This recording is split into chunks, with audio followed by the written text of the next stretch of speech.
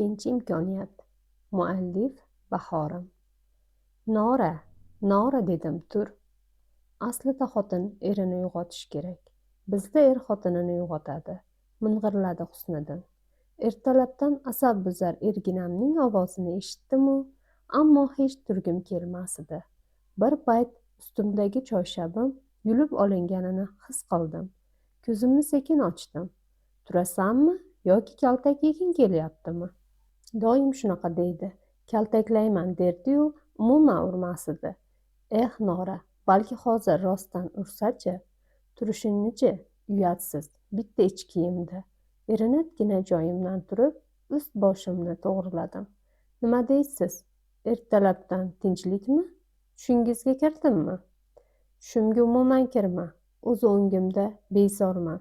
Oxirgi gapini sekin aytsa ham eshitgandim. Muzlagan qalbim hech nimani his qilmadi. Hozir men ham chiroyli javob qaytarsam, erginam ham hech nimani his qilmasligi aniq. Chunki uning ham qalbi muzlagan allaqachon deb o'ylayman. O'ylamayman, bu aniq. Kichik dunyoyim. Xuddi men ham sizni ko'rishni juda xohlayman-da. Kesatiq gap bilan o'qrayib qaradim. Hoy pingvin, ko'p bidirlamada, bu kiyimlarni dazmol qil. Ishga kechikyapman. Panda janoblari, bering deya kiyimni oldim-da, dazmolni yoqdim. Qayerim pandaga o'xshar ekan? Hech ham panda emasman. Qoshlari chimirildi. Unda menchi, men pingvinga o'xshaymanmi? Hech ham o'xshamayman. Shu zahar tillaringni yulib olsam-da, itlarga bersam. It ham joyida til tortmay o'ladi, sening zahar tilingni yutib. Yulmay qo'ya qoling, bu tillarim o'zimga juda kerak. Yana shu kiyimlaringizni kiyishingiz shartmi? Dazmol qilar ekanman, asabiy ming'irladim. Yo'q, shartmas, boshqasini kiyaman, deb shkafni ochib, boshqa kiyimni oldi. Nima? Boshqasini kiyar ekansiz? Meni shirin uyqumdan nega uyg'otdingiz? Asablarim rosa qo'zidi. Shuni xohladim, tamom, g'olibona jilmaydi erginam. Bir qaraganda kelishgan, ozroq soqol qo'ygan, sochlari chiroyli taralgan. Bir deganda har qanday ayolni o'ziga maftun qiladigan erginam menga umuman yoqmasdi. Umuman. U ham xuddi mendek meni yoqtirmasdi. Hozirgi qilgan ishi esa oshib tushdi. Yaramas, qari to'nka. Ataylab qiladi. Soch soqolini bittalab yulsam-da, hali endi yetti bo'libdi. Ishga pishirib qo'yibdimi? Ichimda massa qilib xumorimdan chiqib gapirar edim. Ichingda meni yomonlayverma, tez pastga tush. Oyimdan gap eshitib yurma yana. Oyjon meni yaxshi ko'radilar, hech ham yomon gapirmaydi. Vosidovlar sulolasi kelinisiz, shunga munosib bo'ling deya qaynonam har kuni aytadilar. Vosidovlar oilasida 3 ta o'g'il, bitta qiz. Katta ovsinim yana yaqinda alohida ko'chib chiqdi. Qaynakam harbiy viloyatlarda yuradi. 2 ta qizi bor. Men ikkinchi o'g'il Husniddin akaning ayoli. Husniddin Vosidov biznes sohasida qaynotamning ishini davom ettiryapti. Qaynotam vaqtida katta biznesmen bo'lgan va ishini Husniddin Vosidovga topshirgan. 3-chi o'g'il qaynim Humoyun. Uni restorani bor, kattagina. Endi uylanadi. Tezroq uylanishni xohlardim. Ovsinim kelsa, menga yordam bo'larmidi? Ham uy ishi, ham ish deya qiynalib ketgandim. Kenja qaynisinglim Husniya erkatoy va biddiloq. Ishlarimni joy-joyida qilsam ham doim biddilab aql o'rgatgan. O'zimdan kichkinalar aql o'rgatsa umuman yoqmaydi. Oshxonaga tushib nonushta tayyorlay boshladim. Tayyorlab bo'lib ovqatlanadigan xonaga olib bordim. Borsam hamma yig'ilgan. Qaynonam, qaynotam, Husniya va qaynim Humoyun. Ularga salom berdim-da, patnisda olib kelganlarimni stoldagi dasturxonga qo'yib chiqdim. Kelinoyi, sizga yordam beraman, deya Husniya izimdan oshxonaga keldi.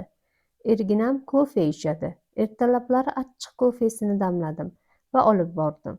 Husniddin nega yo'q? Bu payt hamma dasturxon atrofida bo'lish kerak, dedi qaynonam viqor bilan gapirar ekan.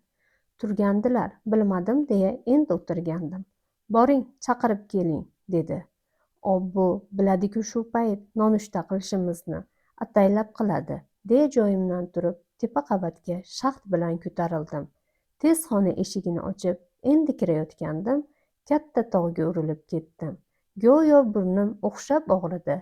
O'zi ham chunki erginamni iyagiga tekkandi. Nega buncha shoshilasan? deya zardila gapirdi Husniddin aka. Siz ataylab qilasizmi? Nimani dedi, pinagini ham buzmasdan. Ohangrabodek o'ziga tortuvchi ko'zlariga qarar ekanman, battar jahlim chiqdi. Bu paytda nonushta paytida hamma bo'lishi kerakligidan. Yo'q, sizni Nora chaqirish kerak, shundaymi? Pinaginiyam buzmay qarab turgan erginamga o'qrayib qaradim. Kelmasang ham bo'lardi, deya bir turtib o'tib ketdi yonimdan. Xuddi men o'lib turibman-da, yoningizga kelaman deya.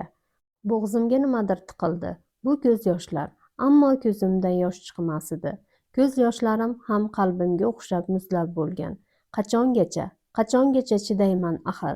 Men ham baxtli bo'lishni, suyukli rafiqa bo'lishni xohlayman. Birinchi turmushimdan og'zim kuydi. Baxtsiz edim. Hozir ham xuddi shunday baxtsizman. Nahotki men baxtsiz yashash uchun tug'ilgan bo'lsam. Charchadim, to'yib ketdim hammasidan. Pastga tushsam, Husniddin Vositovich janoblari joyini egallab, achchiq kofesini xotirjam ichib o'tiribdi. Bo'g'ib qo'ysam-da, u ham hech asabiylashar-mikin? Doim xotirjam. Shu xotirjamligi battar asabimga tegyapti. Nora keling, o'tiring, dedi qaynonam. Shundagina hamma meni turib qolganimga qarab turganini sezib o'tirdim. Faqat erginam qaramagan edi. Nonushtani qilib bo'lgach, qaynotam dasturxonga fotiha qildi. Kichik dunyoyim. Xonadonimizda fayzu baraka ketmasin. Sog'lom nabiralar ato et, deya duo qildilar. Nabira bu degani erginam ikkimizga farzand ber demoqchi. Kelin bo'lib tushganimdan 3 oy o'tib boshlandi. Sal joyim og'risa, homilador deb o'ylashardi. O'rtada yaqinlik bo'lmasa, farzand qayerdan ham bo'lsin? Bu ikki muzlagan qalblar umuman farzand haqida o'ylab ham ko'rmagan. Ammo atrofdagilar tezroq nabirali bo'lishni xohlaydi. Hozir yana bola mavzusi ochilishini bilib duo qilganidan joyimdan turib idishlarni oldim-da, oshxonaga ketdim. Oshxonadan chiqib qolgan narsalarni ham olish uchun kelgandim. Nora bo'ling, tayyorlaning. Husniddin sizni ham ishingizga tashlab qo'yadi, dedi. Yo'q oyijon, o'zim ketaman mashinamda. Yo'llar sirpanchiq, muzlagan qizim. Oyi, men shoshib turibman. Bu keliningiz 5 soatda tayyor bo'ladi. Meni kutib o'tirishga xohishim ham, vaqtim ham yo'q, deya ketdi panda janoblari. Ha, oyi, o'zim yetib olaman. Hali qiladigan ishlarim bor, deya qolgan narsalarni olib oshxonaga bordim. Idishlarni yuvdim-da, xonamga chiqdim. Kiyinish uchun qarasam, telefonimga xabar kelibdi. Birinchi eringni o'ldirganingni bilaman. Bu xabarni hamma bilsa nima bo'larkin-a? Bunaqa xabarlar Vositovlar keliniga yarashmaydi. Qolganini o'qiy olmadim. Qo'limdan telefonim tushib ketdi. Men qotil emasman, deya shivirladim. Bir zum karaxt ahvolda o'tirdim. Keyin darrov telefonimni olib xabarni qayta o'qidim. Bu kim? Men haqimda bilar ekan. Birinchi turmushimni bilar ekan. Jin ursin, raqami ham yashirin. Bu kimsa mendan nimani xohlaydi? Bu bilan nima demoqchi? Miyamda o'y-xayollarim aralashib ketdi. Oxiri boshim g'uvillab ketganidan o'ylashni bas qildim-da, kiyimlarimni alishtirib, ishga ketish uchun pastga tushdim. Oyijonga ketayotganimni aytdim-da, mashinaga o'tirdim. Tinchlan, Nora, sen qotil emassan. Buni bilasan. O'zimni o'zim tinchlantirib, mashinani yurgizdim. Qor yog'gan, yo'llar muzlagan, xuddi meni qalbimdek muzlagan. Ishxonamga yetib kelib, mashinamni chetroqqa qo'ydim. Kattagina salonim bor. Kelin ko'ylaklar va go'zallik saloni ikkisi ham bitta binoda joylashgan. Kelin liboslarim ham maxsus chet eldan olib kelinadi yoki zakazga tikiladi. Shaharning mashhur salonlaridan 10 dan ortiq ishchi qizlarim bor. Shogirdlarni hisobga olmaganda. O'zim stilistlikka o'qiganman. Bir so'z bilan aytganda, yaxshigina ishim bor, Allohga shukr. Salonga kirib qizlarni tekshirib, nazorat qildim. Hech bugun biron bir ish qilishga hafsalam yo'q. Kichik dunyoyim. O'zim uchun ajratilgan xonamda o'ychan o'tirgandim. Eshik ochilib, Saodat kirib keldi. Saodat amakivachcha singlim, sirdoshim, eng yaqin edi. Nura opa, yaxshimisiz? Kayfiyatingiz yo'q, tinchlikmi? Ha, tinchlik desa ham bo'ladi. Yo'q, aniq bir gap bo'lgan. Ko'zlaringizdan ma'lum. Saodat, bilasanmi, ertalab telefonimga bir xabar keldi, deya telefonimni ko'rsatdim. Saodat xabarni ko'rib ko'zlari katta ochildi. Kim bo'lishi mumkin? Qo'rqoq raqamini ham berkitib olibdi. Bilmadim. Opa, siqilmang. Siz qotilmassiz-ku. O'ylamang. Bu xabarni o'qib o'tmishimni yodimga tushdi. O'sha 200lamachi inson bilan yashagan og'riqli kunlarim yodimga tushdi. O'sha paytda nega unga ishondim-a? Nega 4 yil avval maktabni tamomlab, o'zim qiziqqan stilistlik bo'yicha tahsil oldim. 1 yil chet elda o'qidim. Meni yaqindan taniganlar bilan kulib hazil qilib suhbatlashardim. Ammo meni tanimaganlar meni manman, o'ziga bino qo'ygan kibrli qiz deb bilardi. Chunki qancha yigit ortimdan yurib sevgi izhor qilsa ham hammasini rad qilardim. Chunki hech birini sevmasdim. Shunga gaplashmasdim ham. Anavi hurliqo kim? Do'stlari bilan universitetdan chiqayotgan Nuriddin Nuradan ko'zlarini uzmasdan qaradi. Nura o'sha kuni dugonasi Mahliyoni yoniga kelgandi. Tez Mahliyo sabab bu universitetga kelib turar edi. Ha, u qizmi? Ismi Nura, Mahliyoni tanishi. Burni osmon, kibrli qiz, xuddiki osmondagi oy deydi. Abbos o'rtog'i Nuriddinga qarab, shunaqa degin, bilsangmi, o'sha osmondagi oyni ham yerga tushirish qo'limdan keladi. Menga bu qizaloq yoqa boshladi. Deyarli butun universitet qizlari bilan gaplashib, otasini puliga yallo qilib yuradigan Nuriddin endi Nuraga qiziqa boshlagan edi. Har kungi kun tartibim bo'yicha o'qishimni o'qib yurgan vaqtlarim hayotimda bir yigit paydo bo'ldi. Har kuni qarshimdan chiqar, gul, shirinliklar berar. Ammo men olmasdim, gaplashmasdim ham. Oradan oylar o'tdi. U yigit meni hech tinch qo'ymadi. Uyimga tinmay sovchi yubordi. Ota-onam ham u yigitni surishtirdi.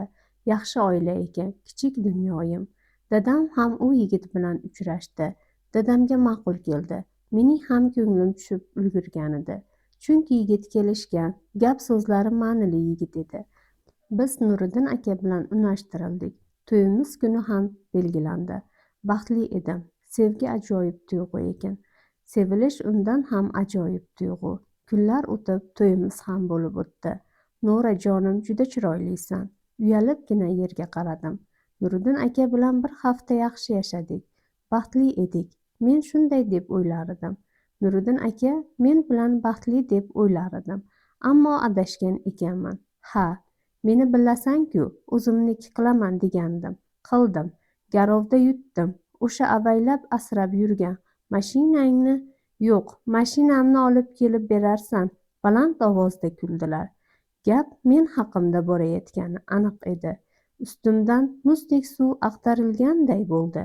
Nahotki mening ustimda garov o'ynagan bo'lsa, bir buyumdek meni ustimdan garov o'ynalgan. Bitta mashinachalik ham qadrim yo'q ekan. Nahotki meni sevmaydi. Hammasi yolg'onmidi? Qalbim juda og'rigan bo'lsa ham chidadim. Bir haftalik kelinman. Uyga qaytib borsam, ota-onam sharmanda bo'ladi. Garovni bilgan bo'lsam ham o'zimni bilmaganlikka olib yashay boshladim. Nuriddin aka ham o'zgarib qolgandi. Yaxshi kuyov rolini o'ynab, menga erishgach, o'zgarib qoldi. Chillalik bo'lsa ham yarim tunda uyga kelardi. Masligi tarqab o'ziga kelgan vaqti menga mehribonchilik qilib yaxshi gapira boshlardi. 200lamachi. O'sha paytlar endi hammasi yaxshi bo'lib ketar deb o'ylardim. Ammo qayerda? Kundan kunga har xil odatlar paydo bo'la boshladi. Nura, hoy, dangasa xotin, nega meni kiyimlarimni yuvmading?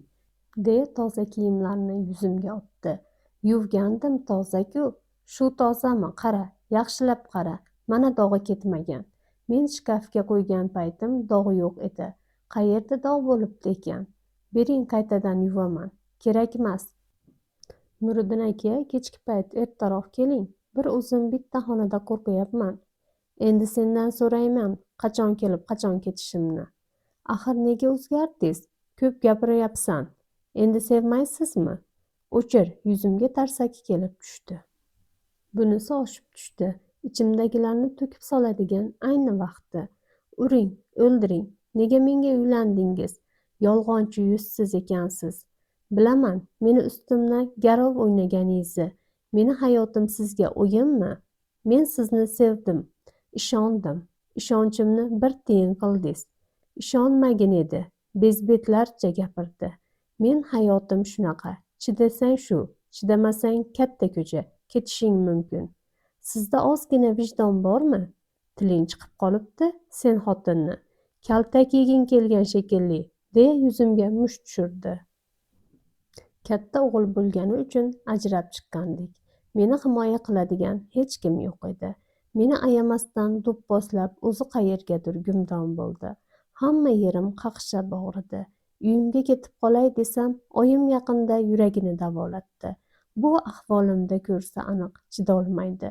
Qaynonamnikiga borsam ham bo'lmaydi. Borsammikin, boraman. To'yib ketdim axir. Bir amallab turdim-da, kiyimlarimni alishtirib qaynonamnikiga bordim. Ammo ular ahvolimni ko'rib pinagini ham buzishmadi. Qaytanga siz yaxshi xotin bo'lganingizda bunaqa kaltak yemasdingiz. Qanday xotinsiz?